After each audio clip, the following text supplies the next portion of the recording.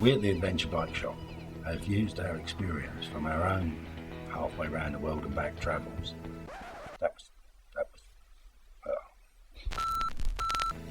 To put together a range of products that we think are top quality, will last you a trip, brands we know and trust, products we've used ourselves.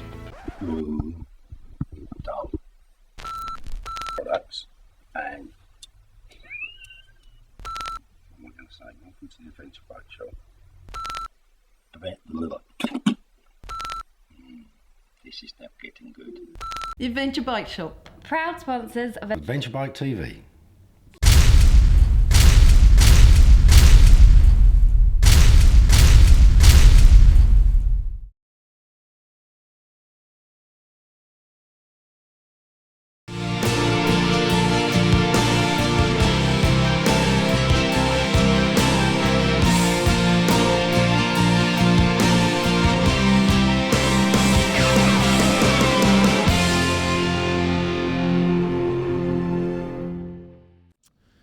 Welcome to Adventure Bike TV.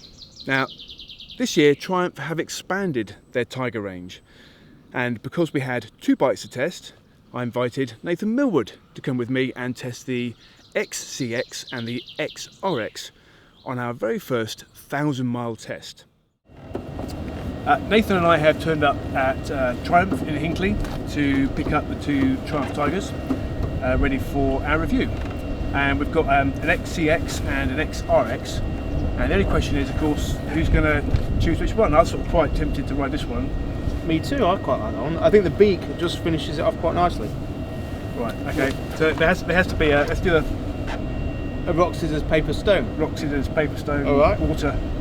Whoever wins gets the XC. Okay, yeah, ready? So on three, yeah? 1, 2, 3.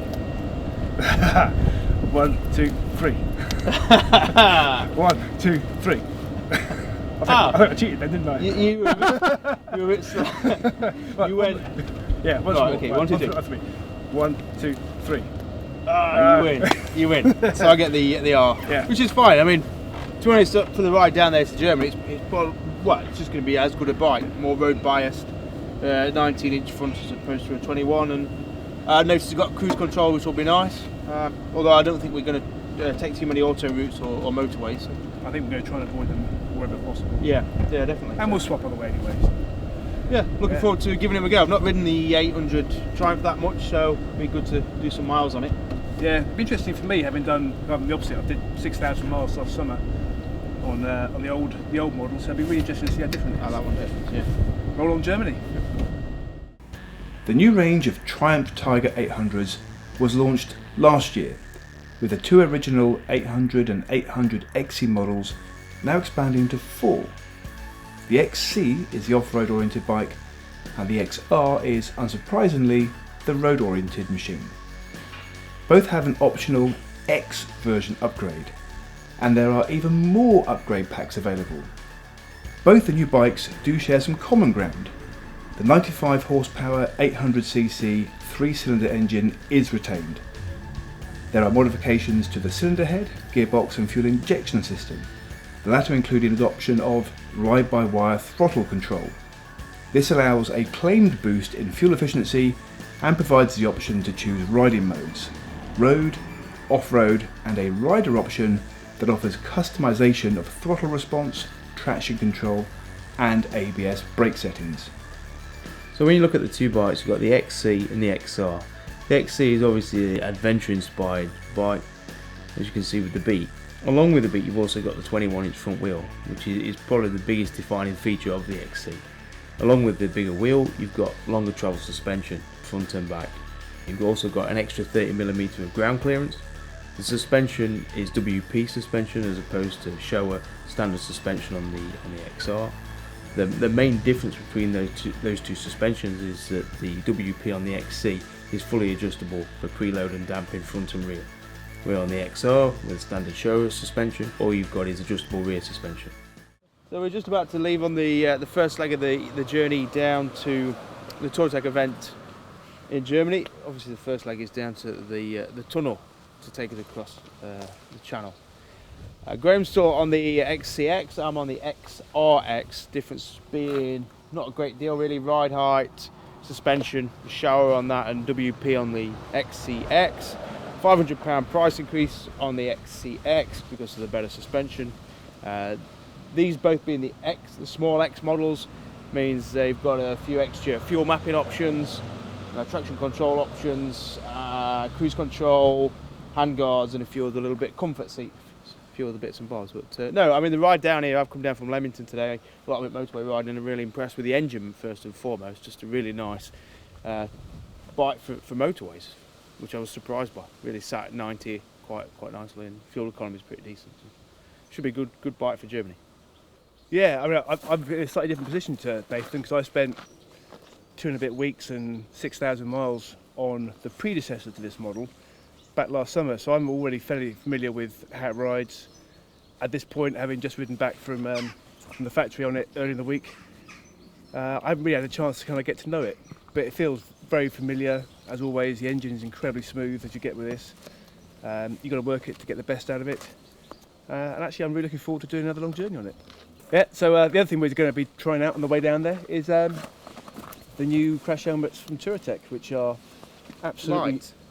Yeah, because they're carbon fibre, so they're really light. I think they're probably the lightest on the market for a kind of road legal crash helmet, or pretty close to it. And Yeah, I'm interested in trying it without the visor and things like that. yeah, Things like that. yeah, because you're meant to be able to use it in a road version without the visor, without the peak, off-road without the visor and with goggles, or kind of adventure road with the peak and the visor. Yeah. And they are light, and they're certainly very comfortable, and they're very funky looking.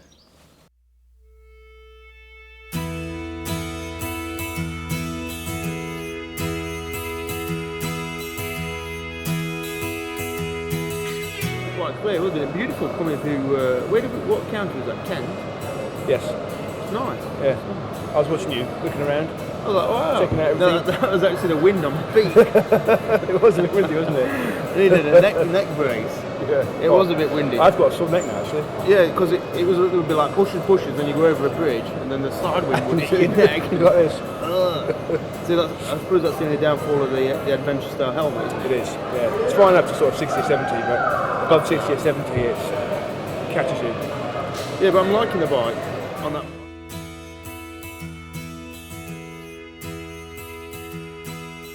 Now, back to those X upgrades. The XCx version does not come with a yellow spandex suit or mutant powers. For your extra cash, you will get engine sump and handguards, an extra 12-volt socket under the seat, and a centre stand when you need to change your wheel in the middle of your desert adventure.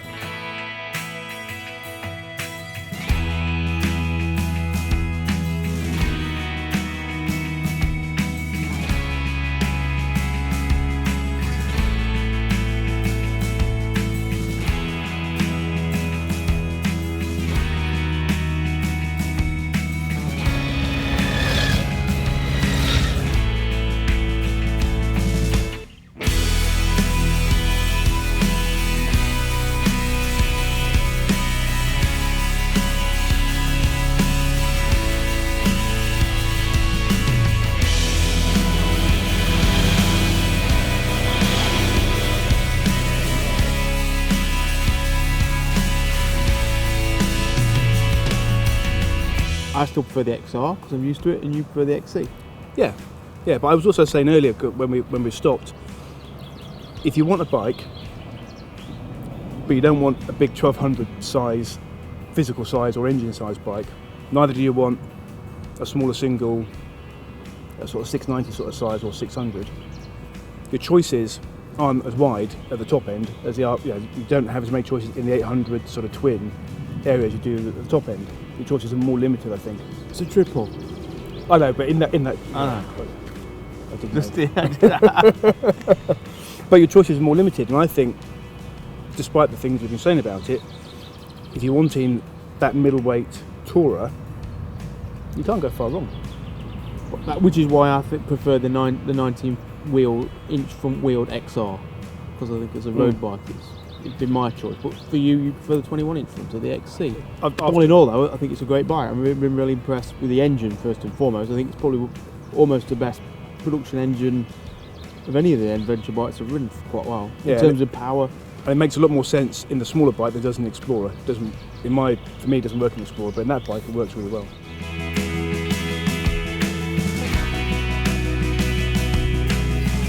Past 7 in the morning on a Belgian campsite where nothing's open for breakfast. Yo, man. Don't come in here, I've got hard on. mate, Dave gave me these. I think they were his old skiing salopettes. How jazzy do they look? Wait till you see me jacket.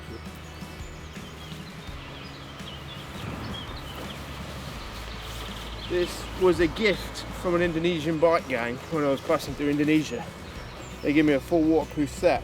The trousers, I don't know where they are, but the jacket I still have.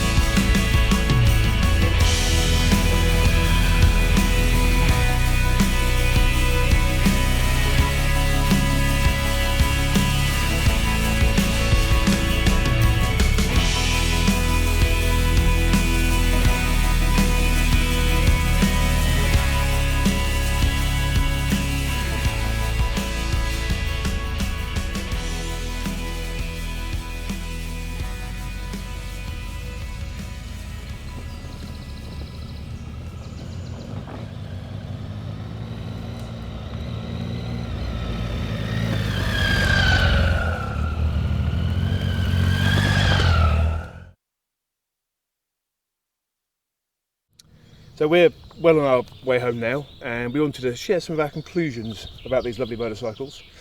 And I think that the first one that really struck me was, and it was unexpected, was actually how different they are. I mean, they look, there's some cosmetic differences, and obviously they're called something different, but they were, and the more we're riding them, the more we're finding the big differences. You know, there's kind of the obvious ones like the size of the front wheel, but one that we struck upon earlier was turning circle. Yeah, the turning circle on this one is pants,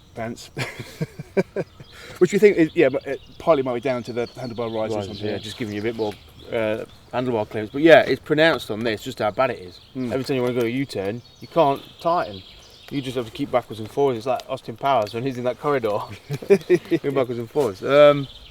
Yeah, they're very different, aren't they? And the suspension, I think, makes a big difference on that. With it being adjustable WP, it feels a lot softer. It rides more like a trail bike, whereas when you get on this, it feels far more like a road bike.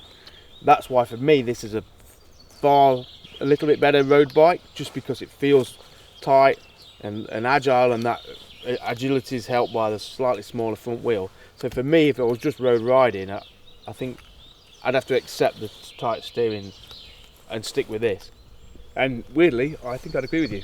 Really? Oh. Far be it for me to ever actually agree with you, but if I was going to go somewhere that was all about road and tight, twisty tarmac, I think I'd agree with you. This one, it has the better handling on the road. Not that this is bad at all. No. Not at all. But if I was going to go somewhere where I was going to do a bit of gravel track and a bit of far trails, or indeed somewhere where the roads were likely to be awful, I'd go with the XCx.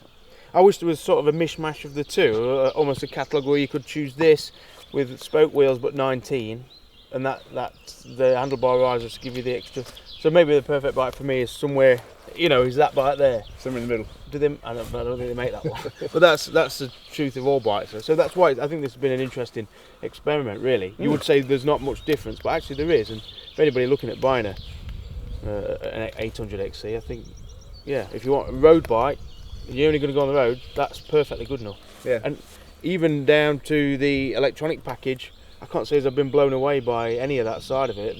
What the little X gets you, be it the indicator cancellation or the throttle mapping, I've not really been blown away or that impressed by those features. For me, I'd save $1,000 and just Bogo standard XR for me, I think. And weirdly, again, I'd agree. Shit. But so we're doing it's a 1,000-mile trip, and as bikes for a 1,000-mile ride, really comfortable, easy to ride. I've enjoyed every minute of it. Yeah, I've actually been really impressed, but I've not done that many miles on an 800 XC. old one on you.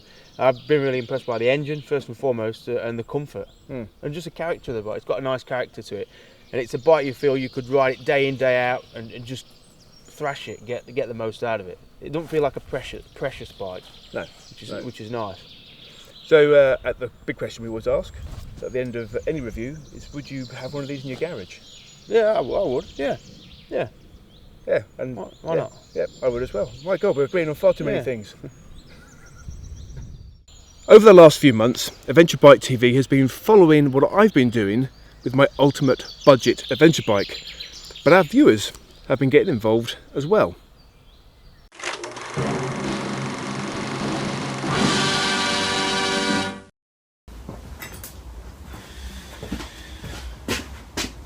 Hi there, my name's Paul Easton. This is a very short video of my budget bike challenge bike that I've bought. This is a 1998 Aprilia 650 single.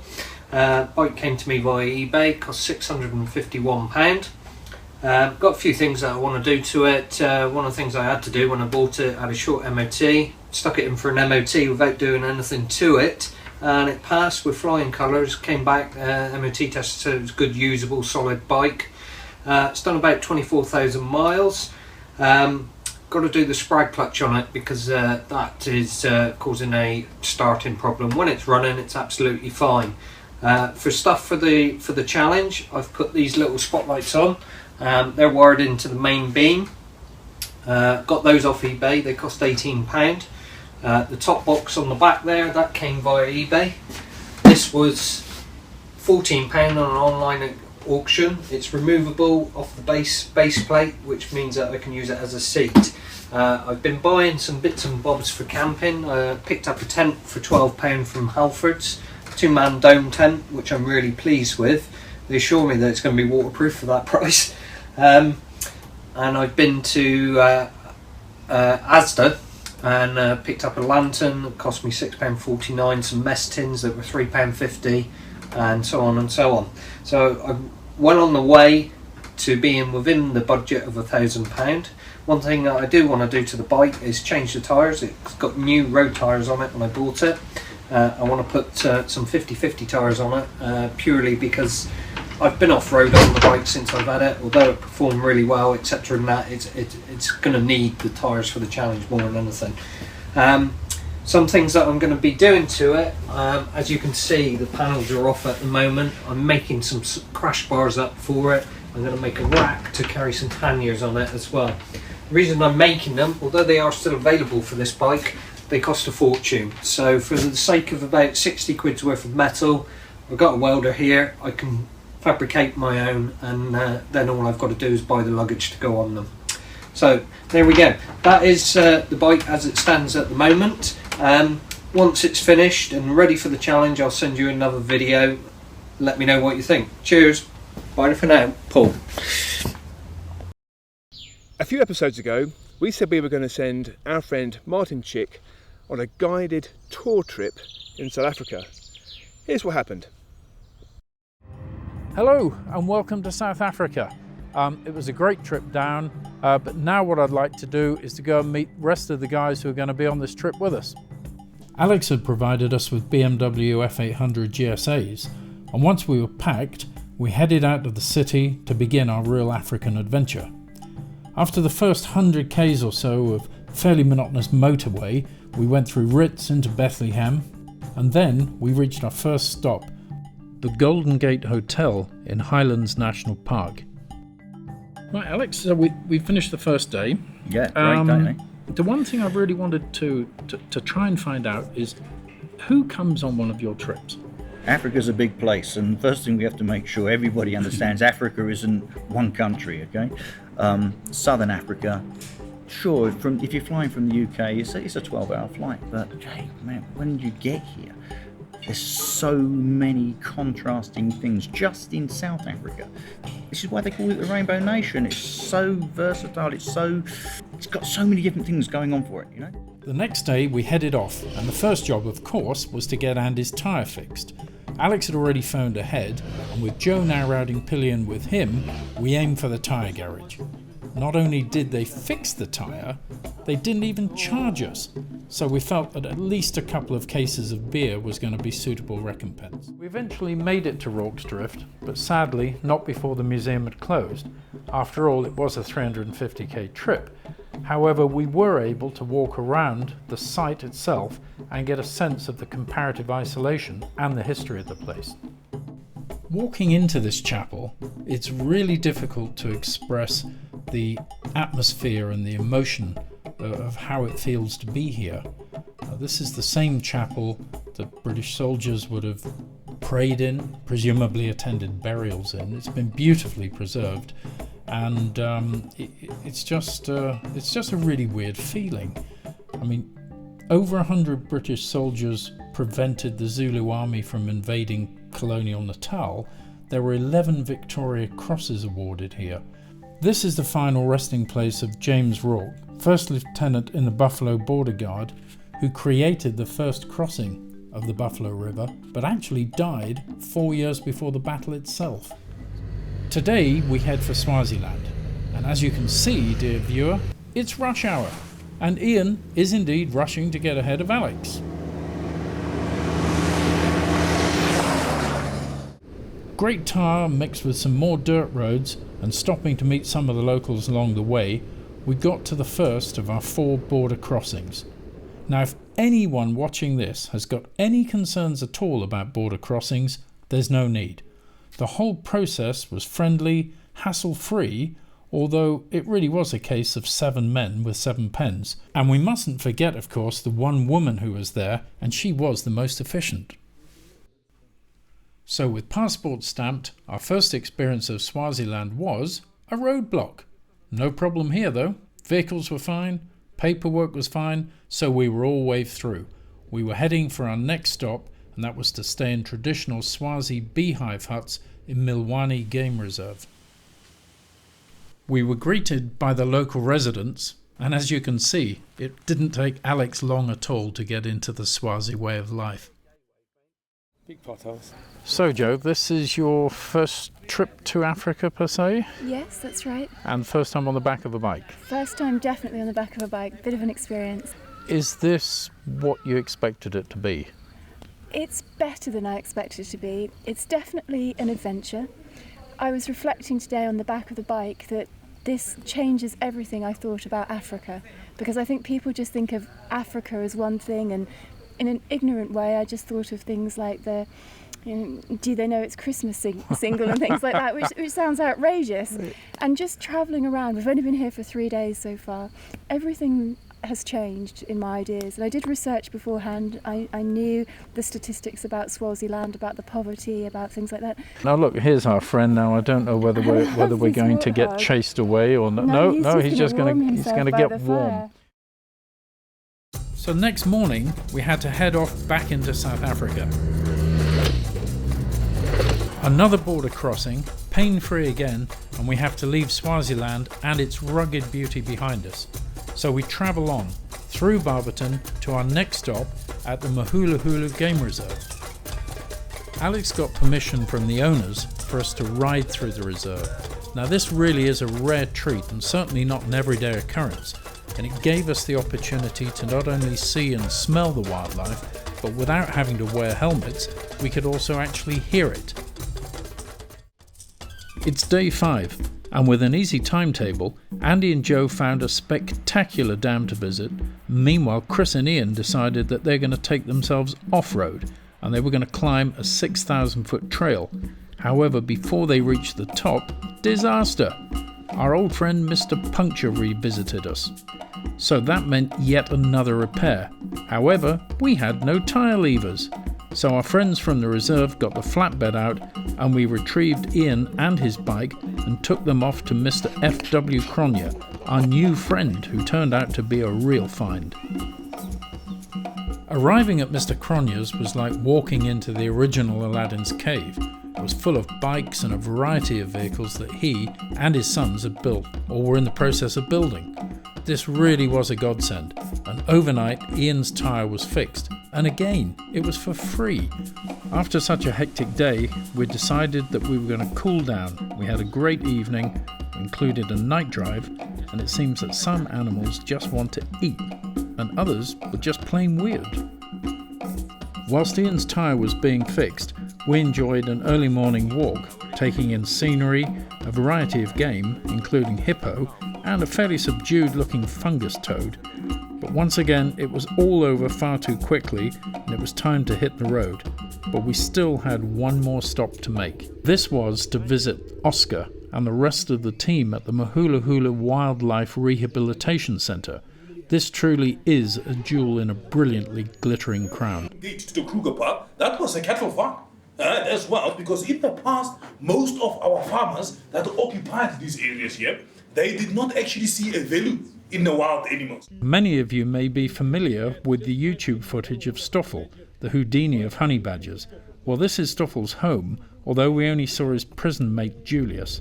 But we did also encounter a Muppet entertaining local school children. It's raining now, not cats and dogs, but cows. We're en route to Dahlstrom, which is our final sleep stop of the trip, and the weather seems to be preparing us for our return to the UK. It's our final day, and after a good night's sleep and a really hearty breakfast, we still had time for a quick walk through the town. Hi, Martin from England. Your name is? Benny. Benny? Nice to meet you. Francois. Francois. Yeah. Okay, so you've obviously been riding. Yeah. We got a bit of rain yesterday. So yeah. Where did you come from? We came from Witbank. Travelled through all the gravel roads, past Loskop Dam, Nature Reserve. And is that a regular trip for you? Is this just like It's the first time actually. We bought these about a month ago. Oh right, so this is the first trip out for them. Yeah. Oh yeah, no number plate. That's a nice one. It fell off actually. Officer. But, this one has got one, so it's fine. So you're okay. Right. Well, look, this is obviously a biker's mecca. We've just passed this place. Big array of machines. Oh, we're riding those. We're from Joburg, the majority of us. Just taking a weekend trip up to Sabi, Graskop. Try and ride every Sunday, every second Sunday, just on a breakfast run. Whose is the 800? The Adventure, it's mine. Went on a breakfast run with the BMW club, and the 1200 guys were saying it's a bit lazy, too up with luggage. And still perfectly acceptable. I find it perfect. Good. Even with 2 up, it's more than enough power to, in 6 gears, just open it and fly. And the cops? Good and different? Yeah. But unfortunately, I think the local community depends on bikers. So they're happy. Anyway, listen, thank you for your time. It's a pleasure. Safe riding. You too. And have a little look at the Adventure Bike TV.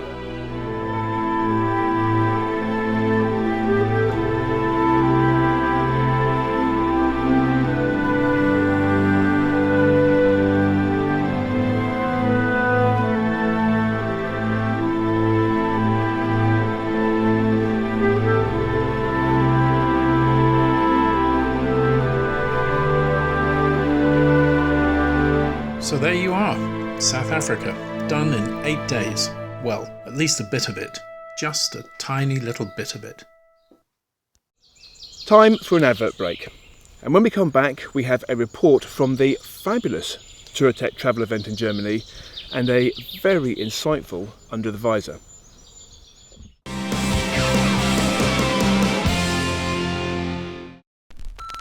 We have the largest selection of hard luggage under one roof in this country. Bollocks.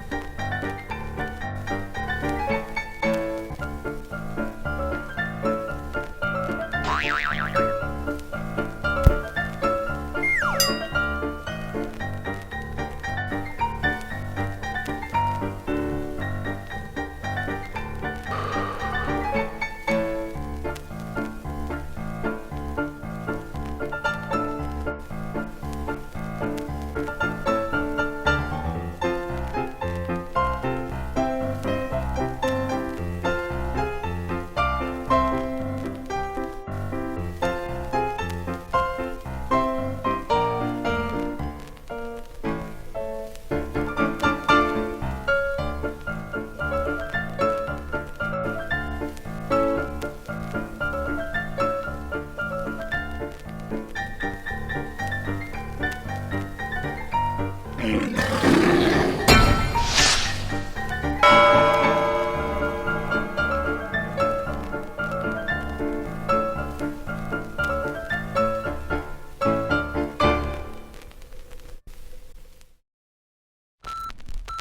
are the sole UK stockist of the Redverse 10, the original park your bike in the garage 10. We also have a range of tents and other camping equipment from a number of trusted brands. That was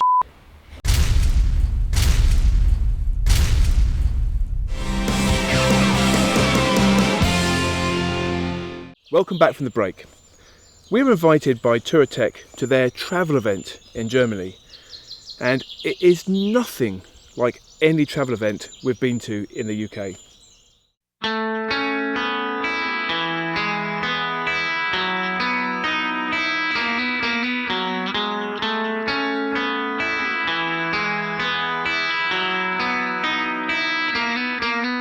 Just arrived at the Touratech event in Germany, and to say it's a bit different from the one in Wales would be an understatement. It feels like you're walking into Disneyland where you're walking, because it's so big.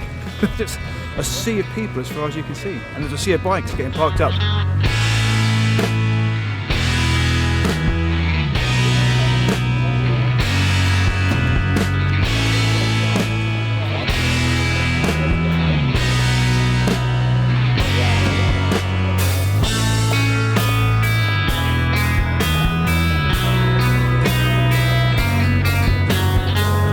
So it's now about 10 o'clock and start of the event proper, and just wanted to give you one little example of how this place is just organised a little bit differently to pretty much every other event I've been to. And we went to buy coffee this morning, and for €5 you get your Touratech mug, which you can just go back and refill anytime you want. So you come away with a little memento and a very nice sense of well-being that you're completely stocked for coffee all day.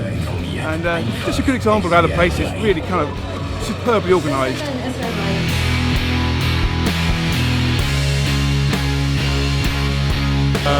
So yeah, we're here at Touratech, and I think what appeals to me, what I like about it, being slightly northern, is that it's all free. I mean, you don't have to pay to come to the event, you don't have to pay to camp. The facilities are good, right? The food's cheap, the drinks are cheap.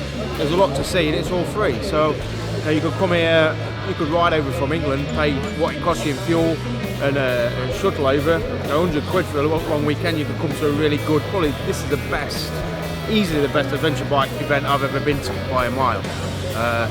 And it's kind of exciting because I don't speak the German language and you don't understand what anybody's saying. Well, that kind of all has to appeal. So yeah, I'm loving it, to be honest. It's actually almost making me want to buy a Touratech handguard or something for my GS.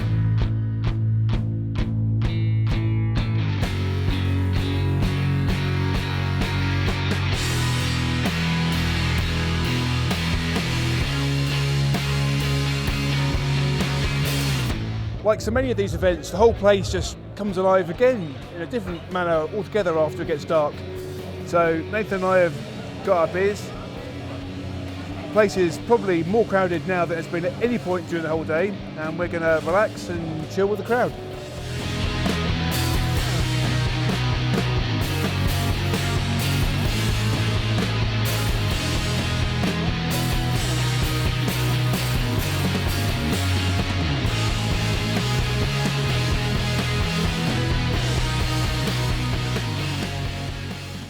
Right, so we're in the sales hall of Touratech at the minute. It's basically a warehouse where they're getting rid of all the cheap stuff, the bikes that are out of date. Also, just everything. Panniers out there. You wonder why Touratech makes so much money. I mean, people are just buying panniers left, right, and centre, just picking up boxes of panniers, spending €400 for €800, €1,200. I mean, we're stretching to a €10 hat, $10 hat, which I feel is necessary to cover up the hairstyle. We were walking past the beautiful BMW stand here, and they've got a virtual reality ride on one of the bikes, so couldn't resist, I've got to give it a go.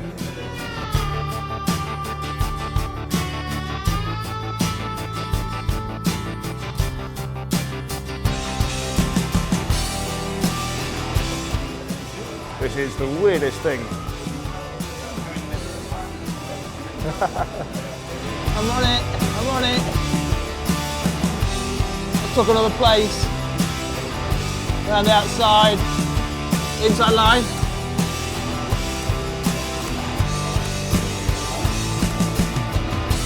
I was actually raced in. That was amazing. We wanted to find out a little bit more about the various types of suspension that Touratech provide, and I found Philip, who's an expert on Touratech suspension. Yeah, I'm the sales guy for Touratech suspension. Great. Okay, so just tell us a little bit about why Touratech decided to get into doing suspension for the adventure bikes. We developed the shocks for travel and off-road bikes, especially. That is the reason. And we are when you develop your shocks in your own way, you can develop it a little bit better for your using. And we have for every bike we develop a shock. We drive this very often. That means we have a special setting for every bike. And we have a special setting for the driver weight. That means the problem is that most of the customers drive with a lot of luggage or with a pillion together. And the original setting is for a driver around 75 kilograms plus around 7 kilograms for luggage. And ours is for 100 kilograms, and it's also possible to change the spring rates, and we have different versions of shocks for different usings. I'm getting very hot. No, they won't. I was concerned that if I walk around the shop in my t-shirt, which is a Touratech t-shirt which they gave to us, people might ask me questions as if I worked here, to which I'd give them a big blank look, because obviously they'd be speaking German. But actually I'm looking, there's lots of people walking around in Touratech t-shirts. So I should just look like one of the minions. I don't think anybody's going to think I work here. I think I'm safe. You're at the wrong event. Yeah, where's Sam Manicom? Sam? His books are over there. His books are over there. Let's go and have a look at Sam's books.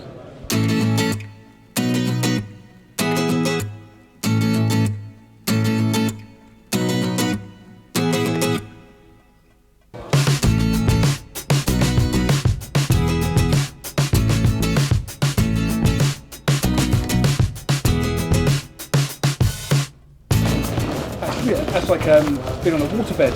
Do you move? Oh, you need to. Come join me, darling. 25 euros for 4 temp bags. Bit luxurious. They look like Christmas decorations. Yeah, they do. Actually, that's right. Hang them on your Christmas tree. Make yourself a table.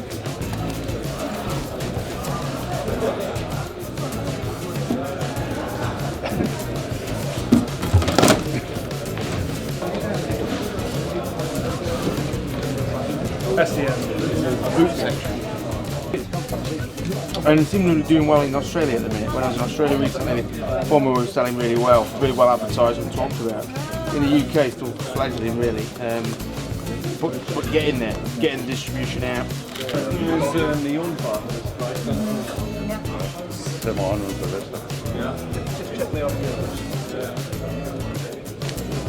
A couple of episodes ago we did a top 10 most useless accessories for your motorcycle. I've got one to add. Why would you ever have an extendable arm with a cup on it? Where would you put it and why would you want it? Just put a water pack on your back. I don't get that at all. So what we've got here is the MT-09 based tracer, the Yamaha bike that's recently released and proven hugely popular. I think if you go back to what Herbert was saying about the plateau of the adventure bike market, maybe what we think of as GSs, and his market might be becoming providing bits for this kind of bike, this sort of crossover bike, which isn't really an adventure bike, it's a little bit more upright. So kind of this, the Multistrada, the Versys 1000, those sort of bikes, and you can see doing quite a lot of stuff with these bikes now, and that's probably where the market's going to go anyway. More of a crossover like the XR1000 BMW, people realising they don't really need the off-road capabilities of something like a GS, but also wanting a more comfortable upright riding position, and also access to the hard cases and the crash bars, which have a real practical use day to day, not necessarily just off-road. So I think we'll see a lot more of this from the manufacturers and from the accessory providers.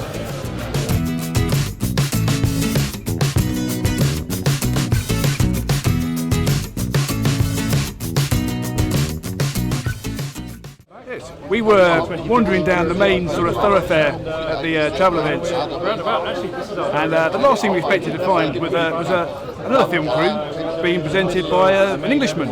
who is somebody that I know knows. Yeah, he's a real dickhead, to be honest. No, he's not really. There's John Bentman, and he's covering it for Touratech TV. He's a good rider, to be honest. Don't know what his presenting skills are like, but then again, we'll find out. Yeah. So this is a joke here. This is the English crew from Adventure Bike Ignore his TV. accent, I think he's from the south.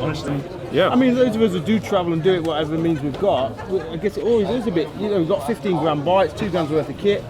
We know you don't need all that. And I guess that's the industry. How's that for your sponsors? Never less than controversial. Don't you just love that? He's right up there with Ted Simon on speaking his mind quite clearly.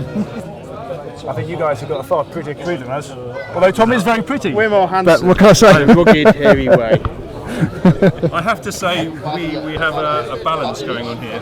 Handsome, beautiful people, ugly Englishmen, German wunderkind, and just a hopeless amateur for some reason. Some Silver Fox stuff going on. Silver Fox stuff, matching. I'm joining you there. It's all going. There's a few here too, right? These are my pubes that I sliced from my nether regions and glued upon my face. You comb them upwards, do you? Jolly good. So anyway, yes, come to Germany. It's a great place to be. See Nathan's view from the space. You're going to close this? We are. Come on, in Germany we close our little shots here. Well, I was trying to close it, and then it all got into facial hair discussions. So. One of the most spectacular things to come and see at the Touratech Travel Event is the GS Trophy, and it's almost 7 o'clock in the evening, and it's time for the final.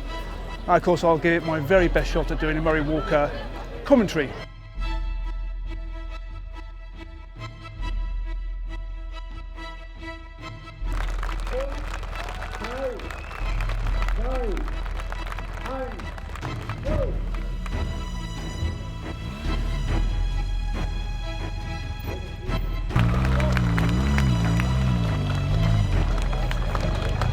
Wow, ganz gut. Hey, this is no paddle.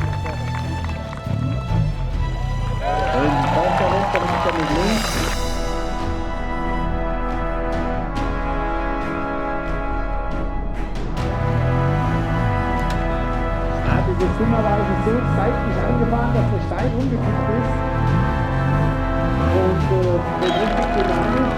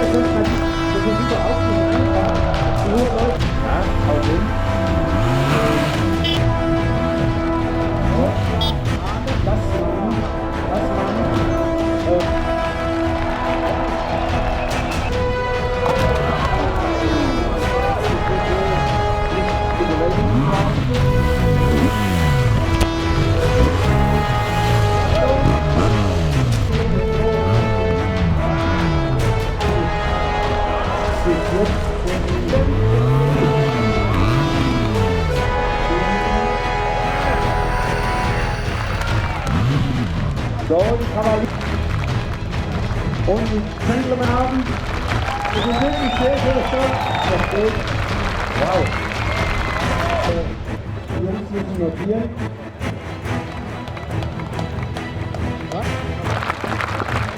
Wow. Harald.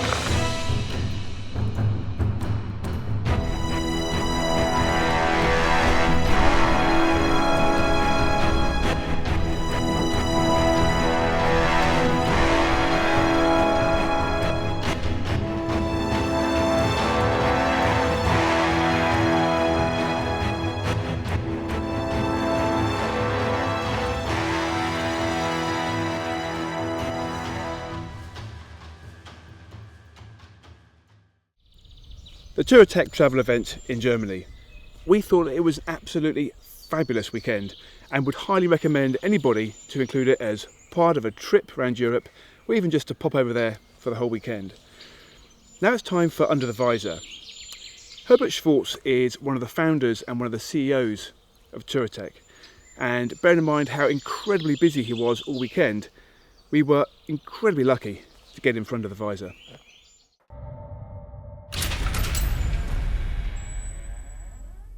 James Cargo Motorcycle Shipping sponsors Under the Visor. Yeah. Hi, I'm Herbert Schwarz, the founder and CEO from Touratech. That's an adventure accessory manufacturer in Central Europe and Southern Germany.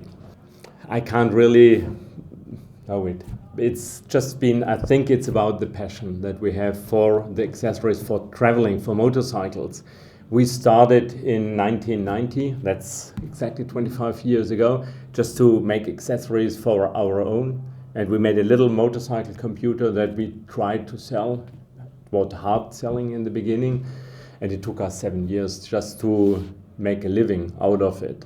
But after the 7 years, it grew every year a little bit more, and till today it's growing. And till today it's always fascinating to work for this company. Yeah, the first 7 years we only made little accessories for rally, for the Dakar rally. We made our motorcycle computers, but in the 7th year KTM realized that our little motorcycle computer would be a nice dashboard for their first adventure bike. And then we got a contract with them for 1,000 units a year, and that made us a living out of the company. And the second really big step was when we got the demand from BMW to develop aluminum panniers and a pannier system for the 1200 Adventure in 2004. And that made a big growth because we had to increase the production and everything. That's been the reason for me to start developing parts, because I started traveling on motorbikes in 1980. In the beginning to Scotland, to Scandinavia, then more to Africa, to remote countries. And there were a lot of missing parts on my bike, and I had to make them on my own. And that started a little bit this segment of adventure riding. I've been a little bit all over the world, on every continent for motorcycle trips. But my favorite continent is Africa. It's so unique, so different in every little corner of the continent, and you can get so much from the people there. That's fascinating for me. But I love other countries as well. I like to travel in Europe. I love to be in South America or in North America. And we traveled 3 months through New Zealand just 1.5 years ago when our kids were old enough before they got to school. Yeah, for us it was the only possibility just to join our passion with the kids, and we bought a sidecar with 2 seats, and we started when the older one was 3, the younger one was 2 years old. We started traveling around Europe, and then we had the dream just to take 3 months off and discover New Zealand.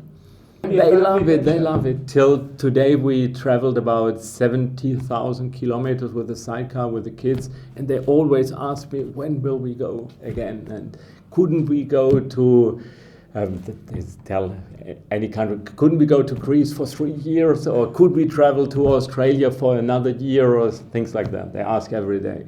I think it's going to continue growing a little bit. We have a lot of ideas. Maybe if the adventure touring segment will be on a plateau, we will look on other possibilities. Like we street. started, street, a little bit, but touring on the street, and we have a cooperation now with BRP, the snowmobile manufacturer in Finland. They are doing an adventure version of a snowmobile now with our panniers, with a lot of our ideas. And that's, for us, it's good because then we can produce in summertime when it's a little bit calm here, and then we'll not have the problem that we have to produce everything in 3 months like we have now.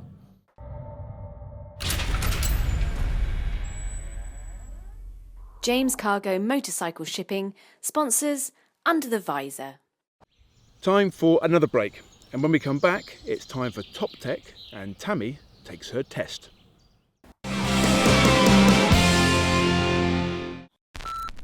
Adventure Bike Shop, we also do a wide range of soft luggage, if that's more your thing.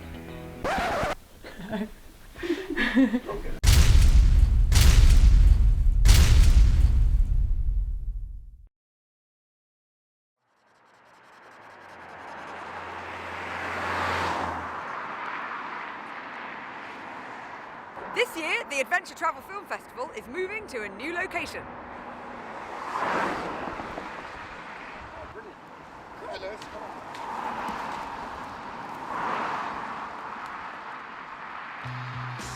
So where are you kids heading? The Adventure Travel Film Festival. Sounds cool. Sounds cool. What's this?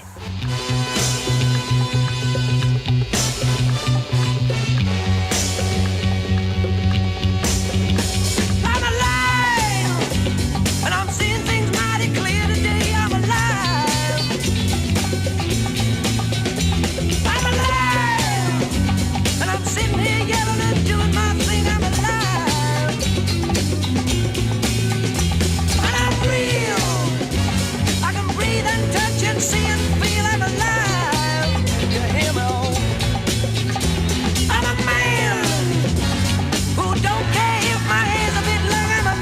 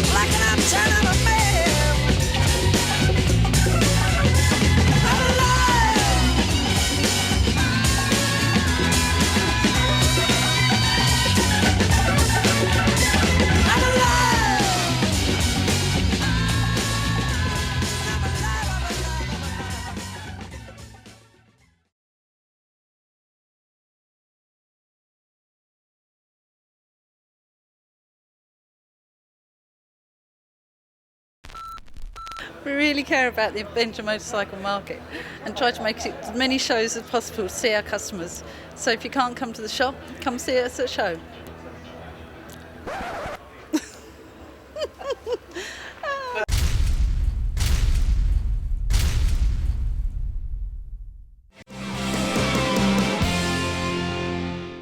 Welcome back, and now it's time for Top Tech.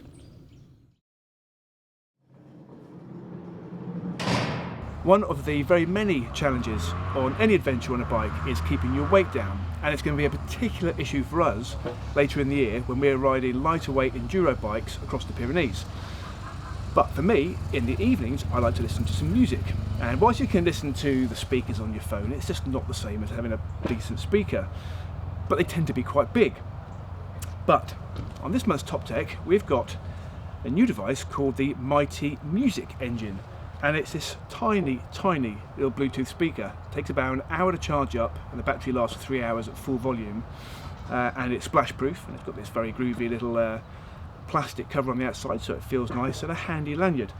And we were playing with it earlier and testing the sound quality against the standard sound quality in the phone. And for something this small, it's really quite amazing. So here we go.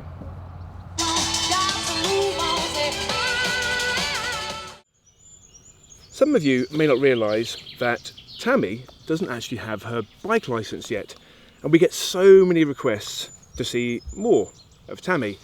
So we sent her off to BMW rider training in Royston to get all trained up and hopefully pass her test.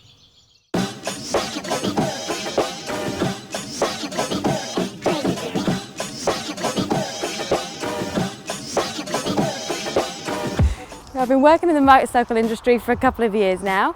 I work on a motorcycle show. I don't ride a motorcycle. So today I'm here at the BMW training school in Royston and I'm about to learn how to ride a motorbike. Come with me.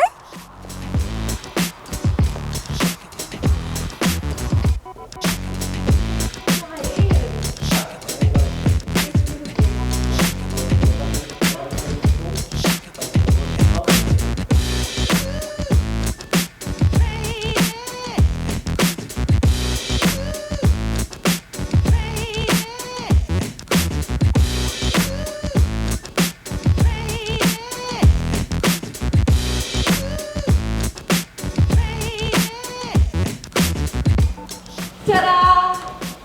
Feeling pretty sexy with the new Reddit gear. Thank you very much. All the gear and no idea. Let's go. I look like I blew myself.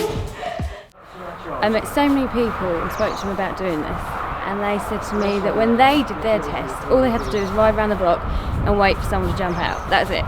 And this is, I can't believe they're allowed to ride just doing that. I hear it all the time.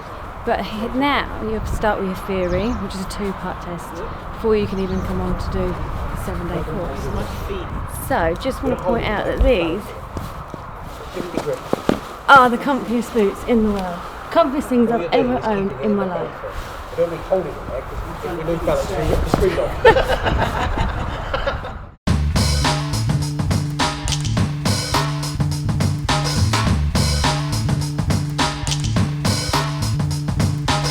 Right now we've just got to the training ground and we're just learning how to walk around with a bike.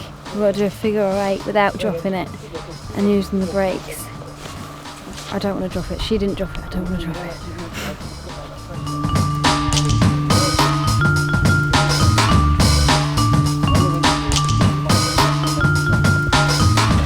All we do is hands on the controls and then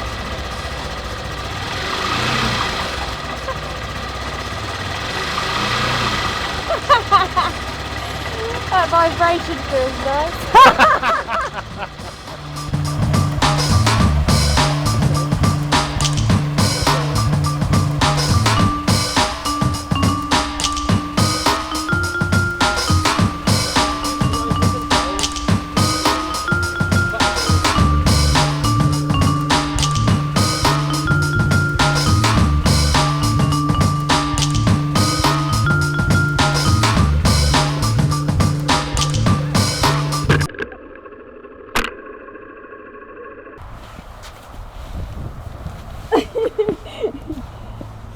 gravity's great, isn't it? And I did the foot thing and everything. I thought, hey, did that That good? was brilliant. And then... But as you put that foot out, you leant the wrong way.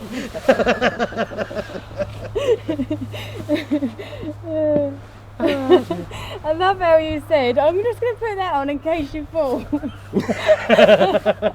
I did as well. 1-1. It's competent on the 125, doing excellently with it. Nice balance, nice control, learning a lot of skills that will be transferable to the big bike. Yeah, I can foresee that it was going to be a very, very good week. She's going to enjoy it a lot. So I've just finished my first day at the riding school. I loved it. I feel absolutely exhausted, mentally drained, but I loved it. I didn't want to get off the bike. I went 10 miles an hour because I got to ride it back to the school. It's great.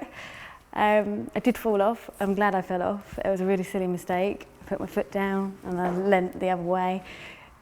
Yeah, Tom got that on camera, so that's fine.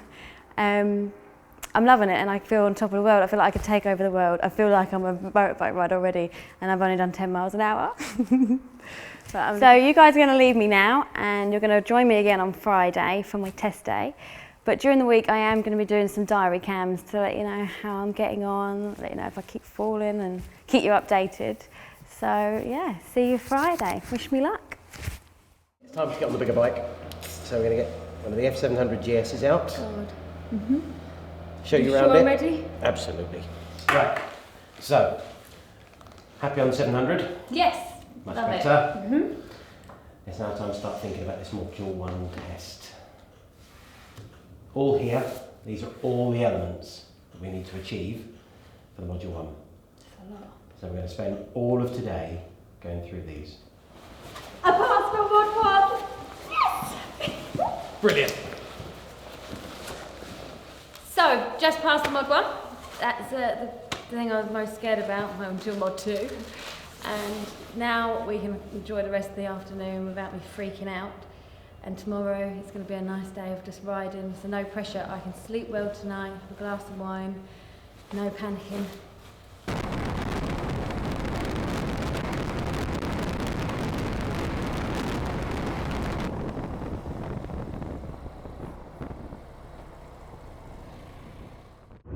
So it's Tammy's test day. I've just had a phone call from her telling me that her car has broken down. She's stuck on the motorway on the hard shoulder.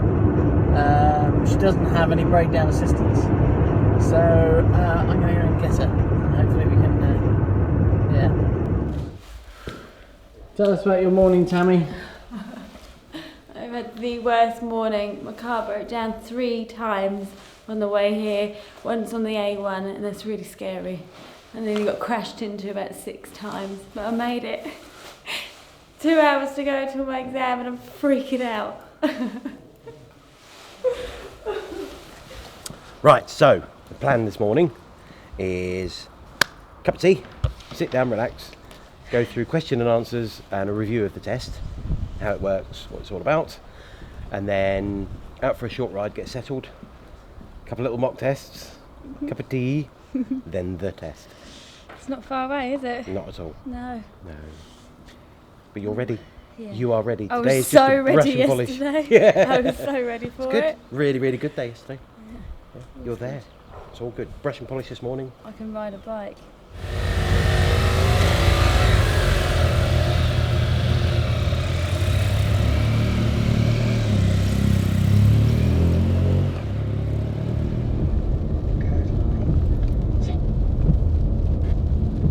So now just following Tammy on the way to her test. Instructor's right behind us. She's riding really confidently actually. I stopped off at the cafe before taking my test. She's in half an hour and I'm absolutely wrecking it. I'm so nervous. I'll try and calm down. I haven't got anything else to say apart from I'm really scared.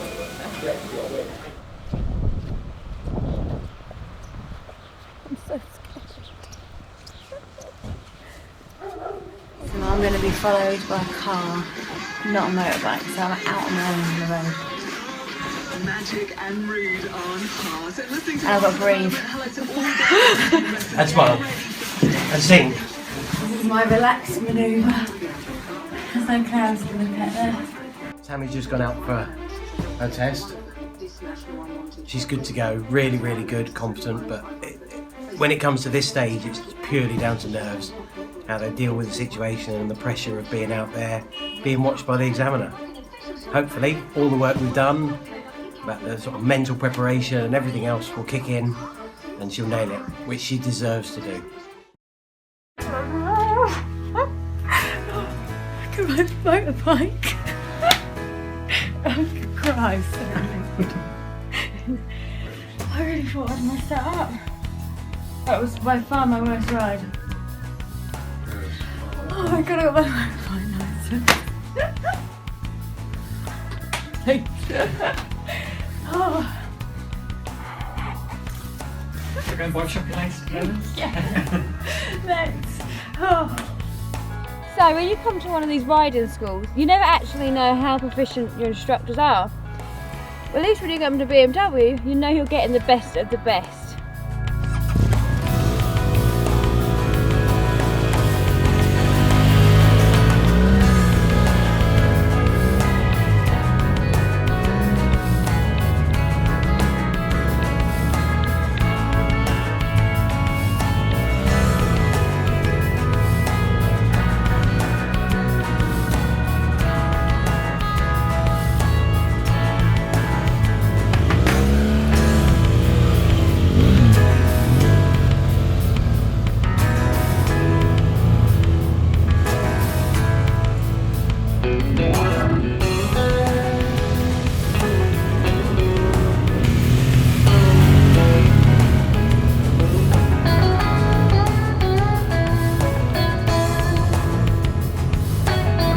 So this week I've had the pleasure of being taught by Ian, but one day I also had Mark, who you were brilliant, Mark.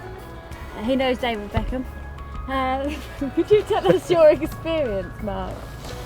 30 years as a motorcyclist, 15 years in the army, 15 years at the MOD. Yeah, and Ian, you've also got a couple of other trainers that we haven't seen yet, but Yep. I've met. Yep, there's Julie, Simon and Graham also as well. Very small, close-knit team, but very dedicated. Brilliant. The BMW race. Might have to cut that bit.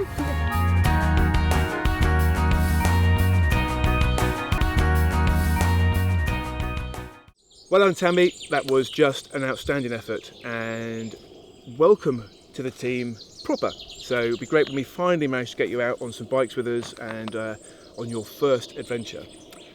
Well, that was the show. I hope, as always, that you enjoyed it, and we'll see you next month. Oh, Christ. I was going to do a power leap, but the thing's not...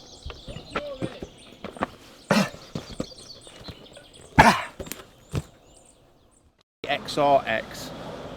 No? I feel a sympathy with Charlie and Ewan for all the abuse they get for having a sport book. Well, that is nice, isn't it? It's nice having, you know, a car to put your stuff. Yeah, you also loaded up as well, though. Oh yeah, of course. Yeah, we've got our vanity products, you know, our hair care products, makeup, our heels, curlers, obviously. The curlers, straighteners. Yep. Well, I can translate for you. What she's actually saying is, I'd like to explain why our bike looks just like the Ducati Multistrada. Actually, we sent somebody around the factory and copied all their designs, and then put a BMW badge on it and our engine in it. It's really cold. Are you nearly ready? I'm ready when you are. Okay, I'll show you. I've been working in the motorcycle industry now for a good... Try again. Right, when you're ready, Tammy. That'll come on day 2. Tammy, just explain what you're doing right now. Learning how to walk like I haven't moved myself. Amazeballs. That's what they say in Essex now. 100. Things are going really, really well. I'll start again.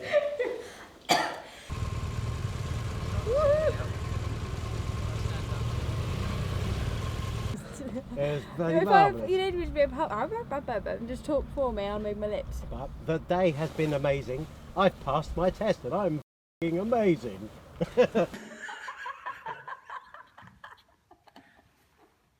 So one thing I've learnt this week is in the films where they take off the helmet and the girl goes like that. She looks great.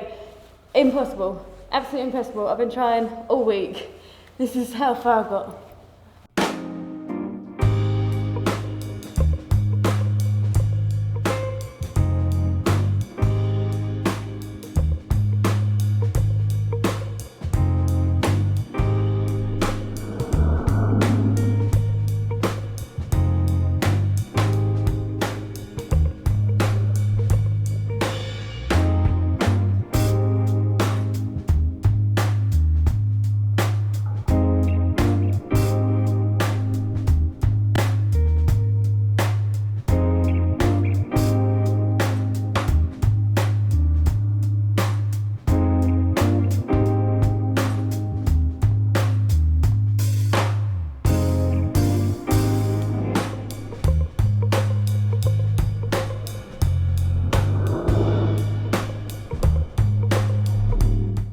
Time and then I did great. Great adverts, rubbish at adventures. you get it wrong, it's yours. Right, we'll do it one more time and then I did great. Great adverts, rubbish at adventures. I didn't hear it click. It's not. It's a recording. It's not a photo. But we will do a photo after this. We're talking. Okay. Are you ready? 3, 2, 1. Rubbish adverts, great